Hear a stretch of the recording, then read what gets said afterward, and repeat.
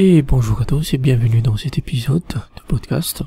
Je voudrais faire une réflexion sur ce qui se passe concernant l'ONU et le droit de veto. C'est-à-dire que le Conseil de sécurité de l'ONU possède plusieurs membres permanents. Vous avez le Royaume-Uni, la France, les États-Unis, la Russie et la Chine.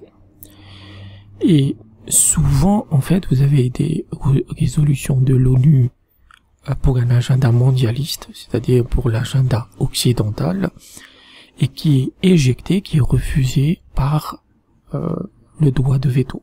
Puisque à partir du moment où un seul membre met son veto, la résolution est rejetée.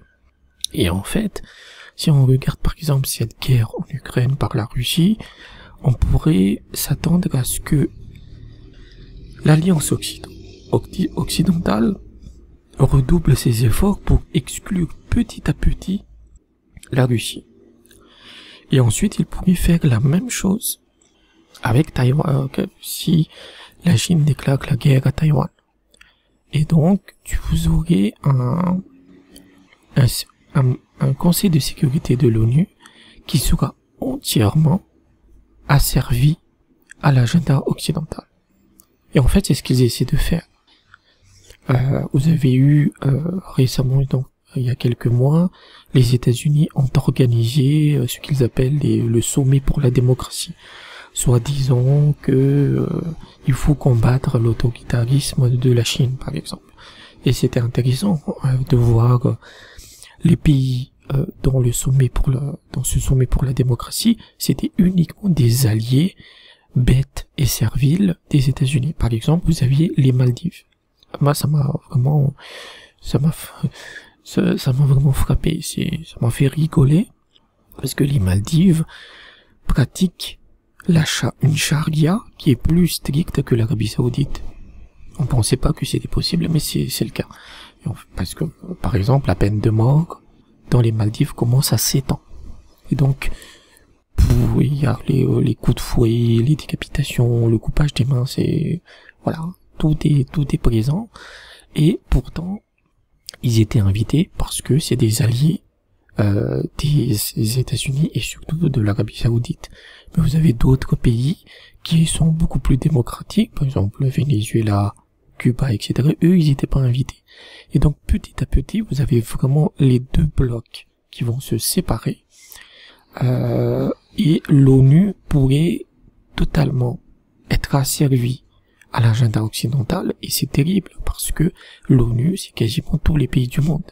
Donc, s'il n'y a plus les deux contrepoids, Russie et Chine, pour que les Occidentaux, dans leur folie, dans leur délire, ne mettent pas le monde à feu et à sang, ça va être la merde, en fait. Et la Russie va également travailler de son côté pour créer un système de nations, un système international qui a des nations mais qui serait moins restreignante que l'ONU, parce que l'ONU aujourd'hui, elle se mêle de la vie de tout le monde.